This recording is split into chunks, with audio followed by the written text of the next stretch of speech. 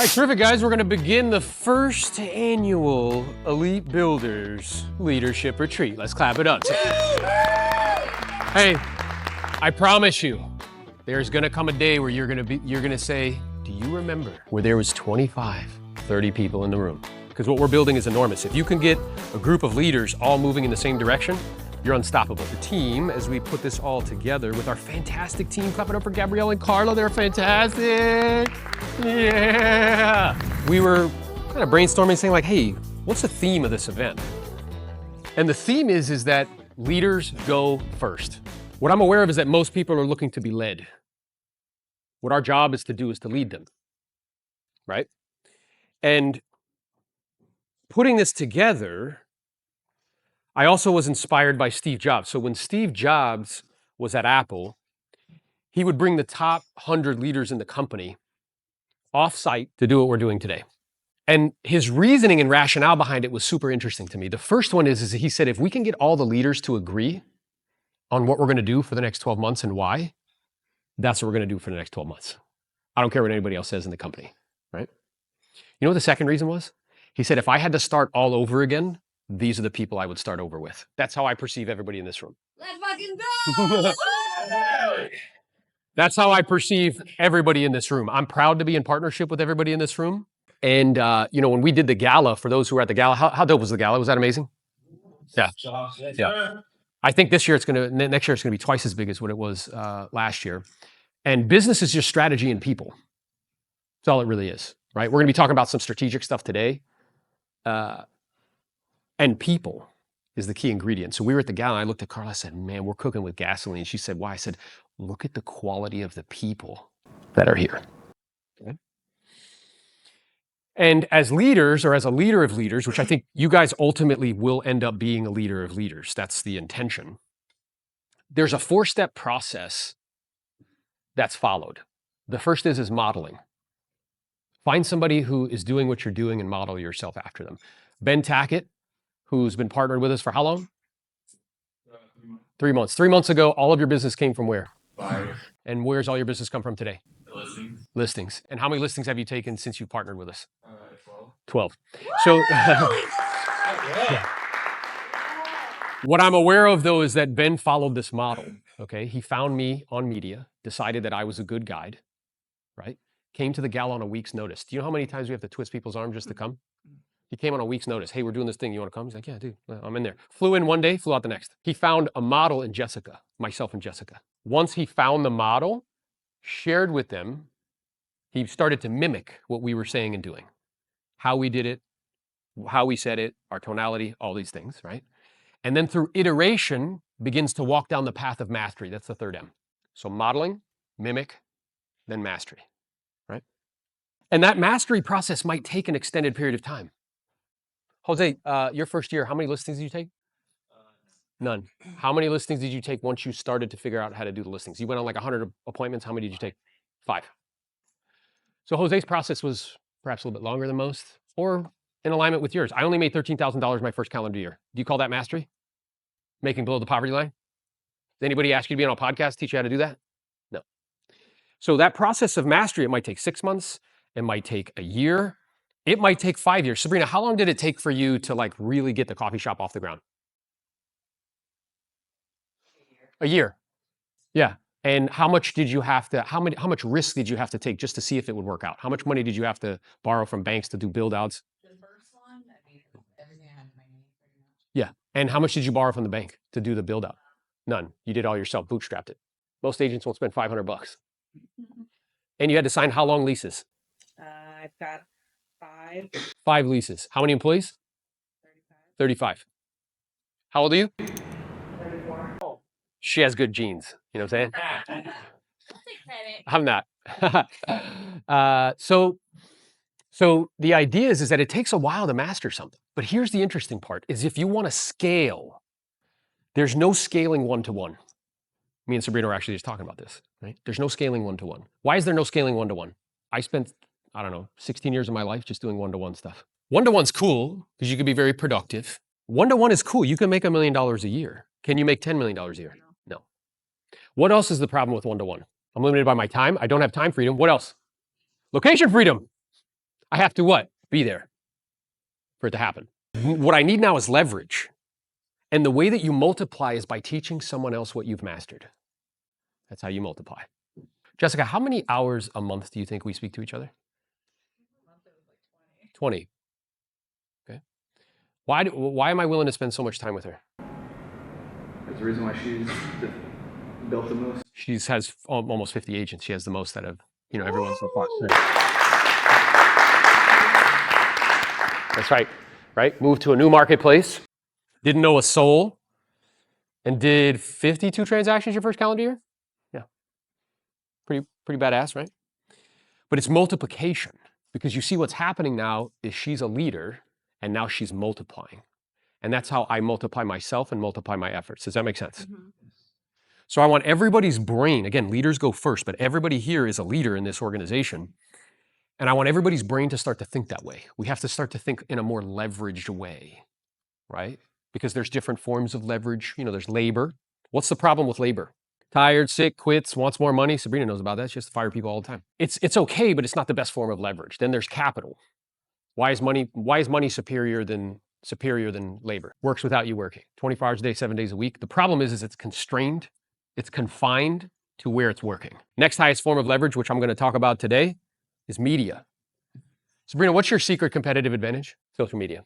So you know what's interesting? Her competitors send people into her shops to do like corporate espionage, see what they're doing. Is it their cups? Is it this? I'm like, they're looking in the wrong fucking place. They don't even understand. They're like, how far do people drive to get drinks they see on TikTok? Hour, bro. They show up and they're like, yo, can you make me this drink I saw on TikTok?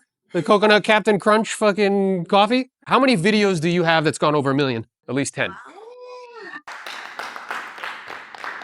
It's badass, right? It's her distinct competitive advantage. Now, why is media superior to labor and capital? Okay, 24 hours a day, 7 days a week. Why else? Yep, it's not geographically constrained. You know what you guys are missing? The most important one, the audience compounds. That's what actually makes it valuable. Why would compounding be important? So compound interest, Einstein called it what? Like the eighth wonder of the world. Well, if attention is actually currency, isn't that, when I say currency, what does that make you think of? Money. So the fact that media compounds means it's the same as what? Money compounding. And as the audience expands, you can monetize that audience in all different types of ways. Does that make sense? And the highest form of leverage is software. It has the same characteristics of media. You can, it's not geographically constrained, and it works 24 hours a day, 7 days a week, anywhere on the planet. What makes it the most valuable is that it costs almost no money to duplicate or replicate once you create it once. What is an example of software in our industry to process transactions? Not YLOPO or Zillow or any of those things. EXP. Yes. Why? Explain it to me why. I need everybody in this room to fully understand this. Why is EXP software? I'm sorry, Carla, my beautiful wife? It's a platform. Ah, interesting. What are other platforms? YouTube? Yep. Uber. I'm curious, does YouTube actually create any content? No. Does Uber own any cars? No. They're just platforms. Platforms have a supply side and a demand side. They're there to process the transaction. EXP is essentially software that agents can plug into for $85 a month and $150 just to process deals. Do brokerages sell any real estate? Who does? Agents. So what does that make them? Platforms. Does that make sense? So the idea is to constantly be moving up that opportunity ladder and increasing the leverage that I have in my life. And what's wild is as you increase leverage, your life gets easier, right? So Sabrina, when you started those coffee shops, how much of your personal time were you spending in the coffee shops? 60 hours. Or more? And how much time do you spend in the coffee shops now? 5 hours a week. Why? She has the leverage of labor. Does that make sense? She's also losing the leverage of media. That's why she's so successful. As you add leverage, right, your life gets easier. You reclaim time. This media thing, what I've become acutely aware of is like the vast majority of people aren't using it appropriately, correctly. And the reason why I can say that with some level of kind of clarity is 3 years ago, I didn't understand it at all. Carla, what was our media channels 3 years ago? Me posting pictures of the kid. That's what it was. Because I had somebody in my life that told me it was what? Bad, stupid, and dumb. Don't do it. So what did I do? Yes, sir. Okay. whatever you say. But I recognized as we began to move down this path that media was a critical component of what we were doing. Okay? Because if I'm going to be a professional, let's say network marketer, right? Which is what I am now, by the way. That means that there's a end product. What's our end product? Software, EXP, platform. Who's the end consumer? Agents. My job as a professional network marketer is to introduce the product to the end consumer. The compensation plan that goes 7 levels deep is how I get compensated by the company to do that, because it's not a salary thing. We are the marketing division of EXP. So if I'm a professional network marketer, what does that mean I should be doing at scale? Networking, which is what? Events. Marketing, which is media. In order to do media properly, though, I have to understand how to do it. I think a lot of us are still doing it like it's social. So when I say social, what do you think I mean by that? Me working out. Can I ask you a question? All right. Is anybody here a personal trainer? Why the fuck are you posting that? Like, why? Who is that about, by the way? What are you basically saying? Look at? Interesting. What else is on the social graph? Pictures of food. Here's what I'm eating. Who's that about? Me. See, it's funny when we look at it, we laugh like, ha ha ha. But I know you guys all do it. Now, when I say the interest graph, what do you think that means? What people are interested in. So me and Sabrina were just talking about this, where what's happening now is the platforms used to be on the social graph. Who here was around when Facebook first got started? Yep. Yeah. What did it show you? What your friends are doing. Do you understand? TikTok comes around.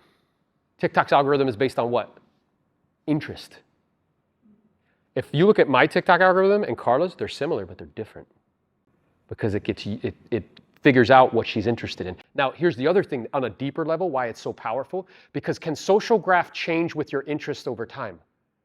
Anybody besides me think a lot differently than they did 10 years ago? Yeah. Are you interested in different shit than you were 10 years ago? Are you reading different books than you were 10 years ago? On the social graph, that doesn't happen. It's just showing you stuff that your friends are interested in, which means it has a hard time what? Keeping my attention. So when TikTok came around, they were like, fuck, we're getting our ass handed to them, is because it's superior. If it can change with my preferences, that means it can hold my attention for longer. It can change with me. And we are vibrant, dynamic beings that are constantly changing. So understanding that it's on the social graph is critical. And that needs to be like foundational in our mind. And I need everybody to understand, you can use this not just for like attraction, you can use it for residential resale. So the thing I need to be thinking is my avatar, who's going to be buying a VA home in this geographic area, what are they interested in seeing? Are they interested in seeing you jumping off a cliff? They don't fucking care. Are they interested in seeing what you're eating or that you're working out? No. They need somebody to solve their yes. And this was what comes to what I'm going to talk about today, which is story branding. So when I saw the guy who wrote Story Brand, Donald Miller, he gave a talk. I was invited. Pace Morby was kind enough to, he gave me free tickets to his first summit. He sat me right up front, which was super cool. He didn't have to do that. Shouted me out on a stage from 3,000 people. He didn't have to do that either. So shout out to Pace. I saw Donald Miller speak. Have you ever been in the presence of somebody when they speak, you're like, that's the fucking truth.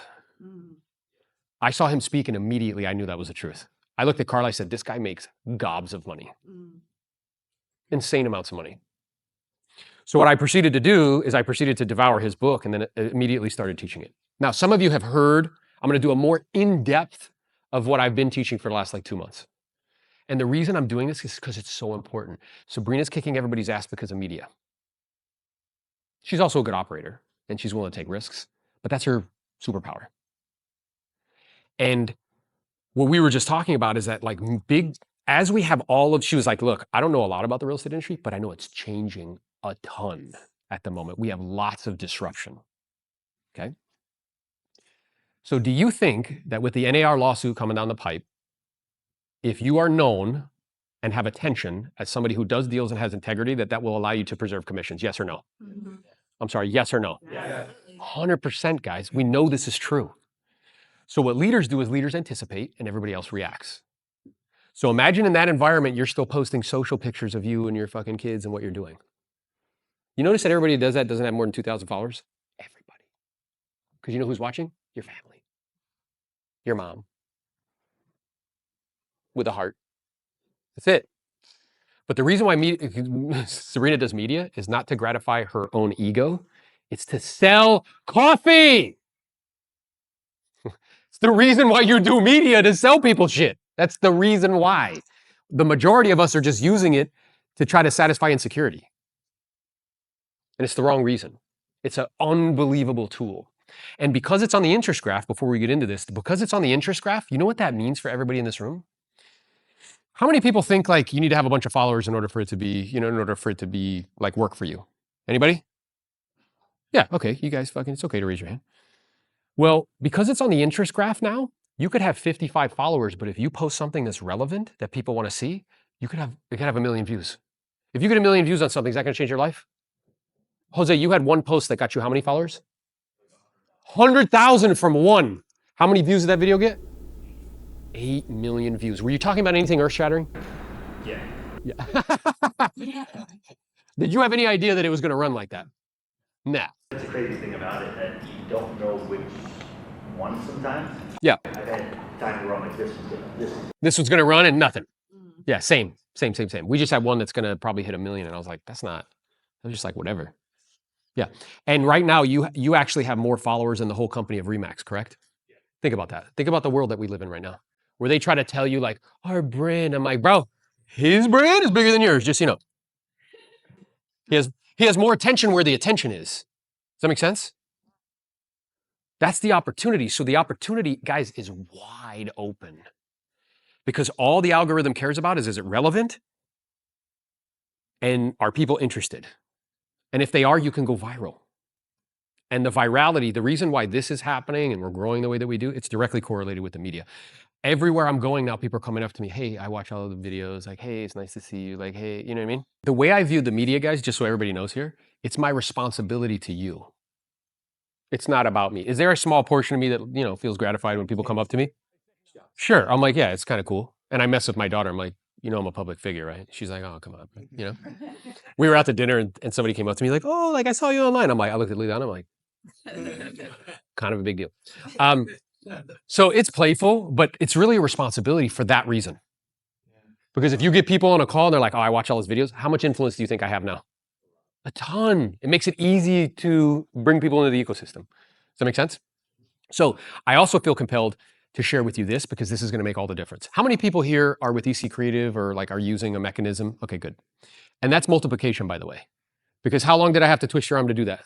Over a year.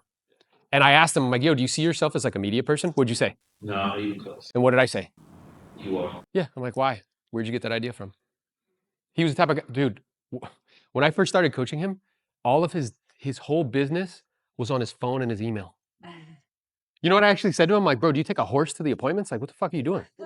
You used to say this a pigeon like drop like. Yeah, do you send the contracts via pigeon? Like what?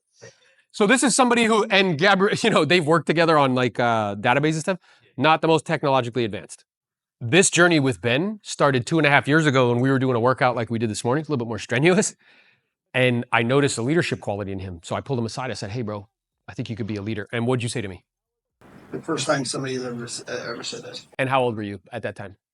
40. 40 years old. Nobody ever said that to him in his life. He saw himself here, not here. So this has been a process of him changing the way he sees himself. And part of this is media. Because how many people, honestly, no bullshit, have internal resistance about media in some form or fashion? Look, even people that are doing it. And even people that are super photogenic. Not everybody sees themselves in me. Ben saw more of himself in Jose. When he met Jose, he's like, bro, Jose's a lot like me. Because Jose's not a natural salesperson. He's a fantastic salesperson through fucking ridiculous Mexican work ethic. No, dude, you ever seen that comedian? I thought it's super funny. He's like, there's pyramids in other places in the world.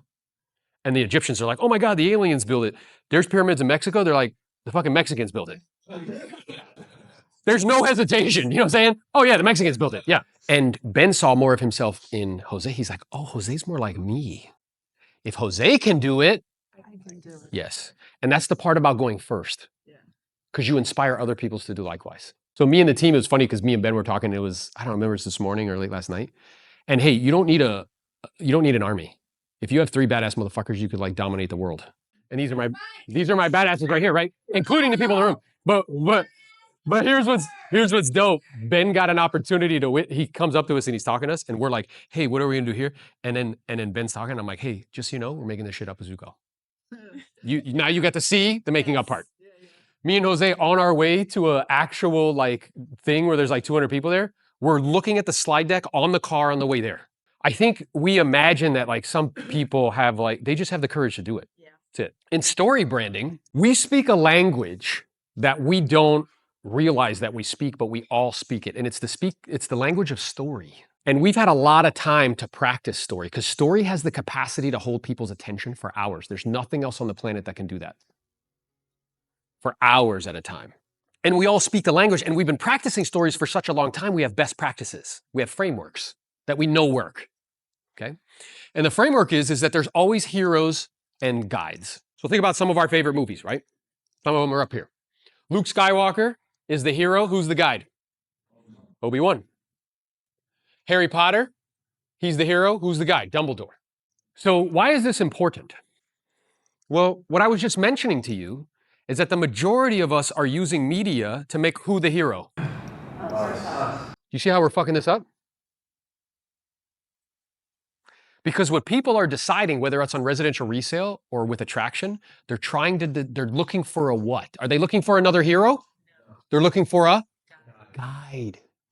By the way, who's the weakest person in the story? Second weakest person in the story behind the villain? The hero. You guys are making yourself the weakest person in the story. Second weakest. Because if you think the villains, like Voldemort, he doesn't even have a body, right? Like they're the weakest person. Or Jafar, in The Lion King, doesn't even have a body. I mean, he has a body, but he's like the weakest person. He doesn't have any power or control, right? We're making ourselves the weakest character. Who's the strongest person in the story? The guide. Who do we root for? The guide. We actually root for the guide. That's who we root for. Isn't that it? Oh. Or when Simba's dad died, I cried. Right? That was like, right? It's the hardest part, bro. We actually root for the guide. So what's interesting is we're doing this wrong. Like clearly wrong. And the vast majority of people are doing it wrong. And if I can see something that other people can't, in the land of the blind, the one-eyed woman is queen. And I can use it as a competitive advantage, right? So we all speak this language. In business, whoever communicates their message to the consumer more clearly wins. Period. Because do you know what our brains are doing? Our brains, we're bombarded with so much information, it does a lot of filtering. A lot. It like filters out 80% of everything that's coming at us. Right? And there's two major filters. Will this help me to survive or thrive? You know what the second filter is? Do I have to expend a lot of calories to do this? Our brain consumes the most amount of calories of everything in our body. So it's always in conservation mode. So if you notice, if you're at a dinner party and you're like, hey, what do you do? And they're like, well, it's a little complicated. You know what happens in your brain? It's not going to help me survive or thrive. It's going to take me too long to figure it out. I'm not going to pay attention to you anymore. You just shut down and you're like, ha, ha, ha. And you're like, I don't know what the fuck you're saying. Think about all the media images that you see. If you see a hero, what are you doing? It's not helping me survive or thrive. He's a hero just like me. He's a hero just like me. I would love to listen to what Dylan has to say, but I'm too busy looking for a guide to help me to solve my problems. Make sense? Yeah. Thank you. Even if someone has the best product, they will lose to an inferior product if they can't communicate clearly. So if you notice from the beginning, we sat down with the team and I'm like, yo, part of the way that you create culture is to communicate clearly. Here, I'm going to say something, you finish it. Let's go. Let's go. Is that clear? Yes. Do you have to expend a lot of calories to figure it out? Will it help you to survive or thrive? Yes. Yes. Now what I said to the team is because what do most agents care about? Deals. Period. They don't care about fucking splits or caps or equity or they're like, they don't even read ICAs, team. Storytelling, it's a sense-making mechanism. It helps us to make sense of something. So instead of you sitting in front of I'm so happy to bring you my new listing. Who's that about? Who? Fucking me. Who's the hero? So what are people saying that are scrolling? Oh, here's another hero who's just like me. I wish I could listen to what they have to say, but I'm too busy trying to find a guy to help me to solve my problems. I'd say 95% of people fuck this up. Here's what you do instead. And Dylan's a perfect example of this. So we were on a call. I said this to him and he implemented it right away. I told him, yo, here's what you're doing. Do this instead. So here's a property, another like I just sold. Let's use that. And then we could use different examples. Here's like we had a client named Susie who didn't think she could get into a home like this. We introduced a what? Character. A hero. Who's the hero? Susie. She didn't think she had a problem, which all heroes do in a story. They have a problem, right? Her problem was she didn't think she could get into this home. Here's the 3-step plan that we used because a guide shows up, which is who? And the guide gives the hero what? A plan. Here's a 3-step plan that we implemented to help her to get to home. We did 1, 2, and 3. And here's a picture of Susie in the home because then the hero gets what they want and avoids what they don't. She's never gonna, with the problem, here's Susie. She never thought she could own a home and she thought she was gonna have to rent forever. We connected, we used these 3 things, 1, 2, and 3. And here's Susie in her new home. If you would like to purchase versus rent, DM me the word buy with a call to action. The word or is the agent? The agent. You don't need Susie to do there to be anything. You're storytelling. But then how is Susie the hero? Because she's the main character. The way that you're communicating it is it's not about you. Okay, so you're presenting their problem. And Yes. I'm storytelling. Look, when you watch a movie, is the fucking hero standing next to you? No. It's just they're telling you about it. Here's Alma. And whenever they think of any movie you watch, they introduce the hero right away, and the hero has a problem. They want the girl, they want the guy, they want the job, they want the money, they have a problem. And can heroes solve their own problems? Otherwise, they would have already. Now, in all those rom-coms, do we know if the hero solves the problem? Yes, we fucking watch it anyway. There's always a hurdle in the way. There's always something. What is it going to be? What's the fucking thing that's going to get in the way? I saw this picture. It was awesome. There was a coach and the baseball team. They had a really shitty practice, right? So he showed him a picture. And the picture was like of a bunch of like sheep standing around and they're all looking in different directions. Fucking like one's laying down. He's like, yeah, this is what you guys looked at practice today. Like, everybody's doing their own thing, like whatever. And then he showed another picture and it was a group of lions, a pride of lions, all like lined up. Like, let's say me and everybody stacked in behind me and we're all going in the same direction. He's like, this is what we want. Because if you can get a group of powerful people all moving in the same direction, you're unfucking stoppable. So story formulas put everything in order so the brain doesn't have to work hard to understand. That's what it does. It scrambles the brain. The brain's like, what the fuck? When you're like, hey, here I am doing this. By the way, I'm a realtor. It's like you're not storytelling at all. So 2 mistakes that brand make. They fail to focus on aspects of their offer that help people to survive or thrive. So let's think about surviving and thriving as it pertains to, let's say, resale. And we'll do it with agent attraction. With resale, let's put into context surviving or thriving. Give me examples of surviving. The person you helped was an example of that. They thought they were gonna, tell the story. Yeah, so this individual, they were behind on their mortgage, and their house wasn't worth what their mortgage was, but they needed to sell because they couldn't stay there. That house falling apart. So we helped them get approved for a short sale. Step 1. Number 2, got a cash offer on it. Number 3, talked to HUD and got him a relocation, funds. So he was able to not only sell the house and not lose money, he was able to get funds to move to his next house. He was able to get out from the house and not, be swallowed by debt. And then the CTA at the end, which is critically important because most people do media and don't have any calls to action. And when you do media and don't call people to action, all people do is watch you. The hero never takes action without being called upon by the guide. Because the hero usually is resistant. I'm curious, is Harry Potter resistant the whole way? Yeah. He's like, you're the one. Is Neo resistant in the Matrix? Yes. How often in the movie? The whole fucking movie. Morpheus is like, you're the one. What is Neo saying? No, I'm not. You got the wrong guy. He hangs out because Trinity's hot. Right? He's trying to convince him the whole movie. So the hero resists. The hero doesn't take action unless called upon. So, but do you see how, I love this. I can see your brain's like it's turning. So in his example that he just gave, that's story branding. Now, what he did at the end is he gave him too many CTAs, but I told him that. And I was like, look, the CTA needs to be clear, the call to action. So if you are in a financial situation that you're not sure that you can get out of, DM me the word help.